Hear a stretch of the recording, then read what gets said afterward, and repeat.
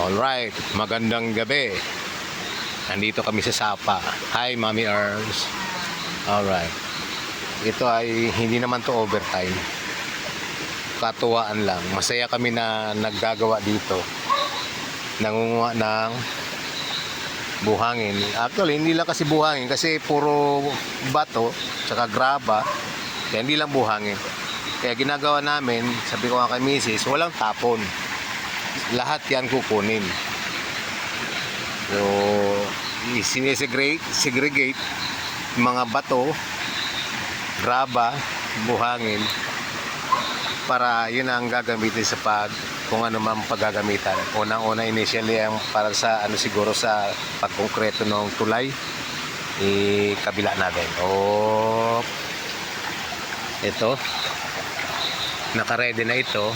Ayan. Patawid doon sa kabila. Yan. May mga ready na rin akong mga bakal. Hindi ko alam kung kukulangin pero may mga naka-ready na.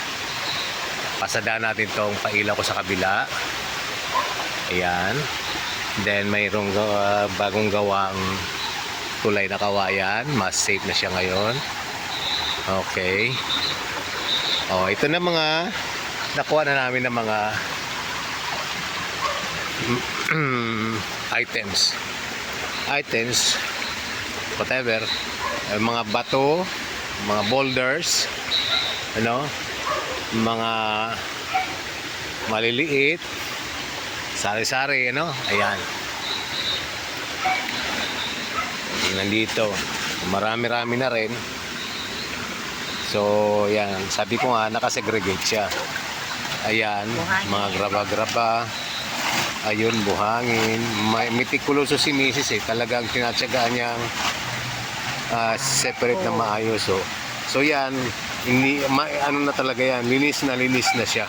Dito lang makuha namin ng mga a year ago, 2 years ago. Sobrang puti. Kaya yung nakatamba ko dito na hindi inanod. Kasi yung ibang kinuha ko ng mga inanod lang ng baha.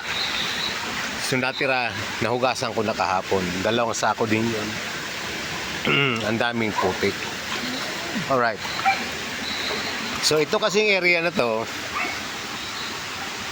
hukayan ko tuli. Lagyan ko na to ng balon last year. I think may mga video ako noon. Nasa ilalim nito siguro, sana nga, yung bomba ng tubig. Pag medyo inaalat, baka inanod ng nung baha. Dito kasi yun sa part na to, sana nga natumba lang at natabunan. Pero pag wala na, wala na. Daming inanod no. Kasi nagawa ko na to, na concrete ko kalahati lang. Kaya hindi kasing tibay, ayun, inanod. So medyo marami-rami na sayang ko doon. Effort, money nagbayad din ako ng konti doon.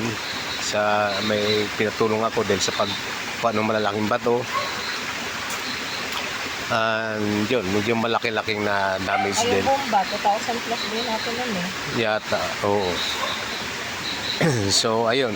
So, bubuhayin ko ito. Kukunin ko na, ulit tong balon na to. Pero this time around, syempre, mas secure na siya. Yun. Kaya, ang purpose ng ginagawa namin ito ngayon, marami. Ayun, mahukayan yun. So, unti-unting kinakabig yung mga lupa. Sabi natin lupa. Para mapadaloy ko na yung tubig doon, maagos na yung tubig doon para malinis ng malinis. Tapos, eto ngayon, kumukuha ka ng dito, mga materyales. At the same time, maliban doon sa pagkuha ng mga materyales, nalilinis namin yung sapa na isisecure yung mga usli-usli na mga bato-bato. Pag tinignan mo ngayon, although gabi siya, malinaw na, no?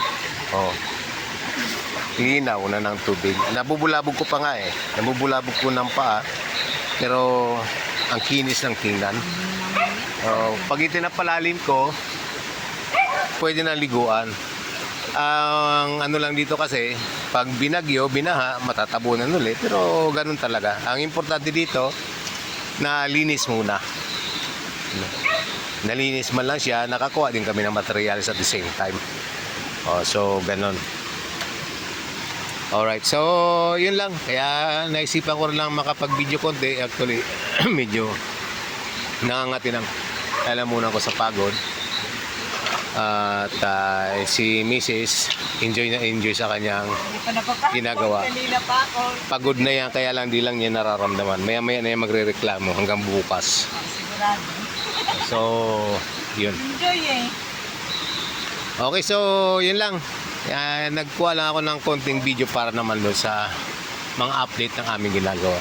And etong isang ilaw na to, temporary lang ito. Kukunin ko ito mamaya kasi baka mabasa ng ulan. Yung isa naman, ay may takip yun. Kaya lang nilagyan ko na extension para makakapagsaksak ako. Kaya tatanggalin ko pa rin mamaya. Yung sa kabila, however, ay sinecure ko na yun. Meron yung nakatakip na yero. Itong ilaw naman yun sa kabila, nilagay ko rin yung sa kapitbahay namin. Chairman. Okay. And doon naman, nakita dito sa ano na yun, sa bahay ko na yun. Yun naman sa loob ng bahay. Itong isa dito, inilagay ko yung temporary. Yung isa doon, nasa loob na yun ng bahay. Ito naman nasa gilid ng bahay. Yung isang yun. Okay. Alright. So yun lang. At ako'y balik naman sa aming ginagawa.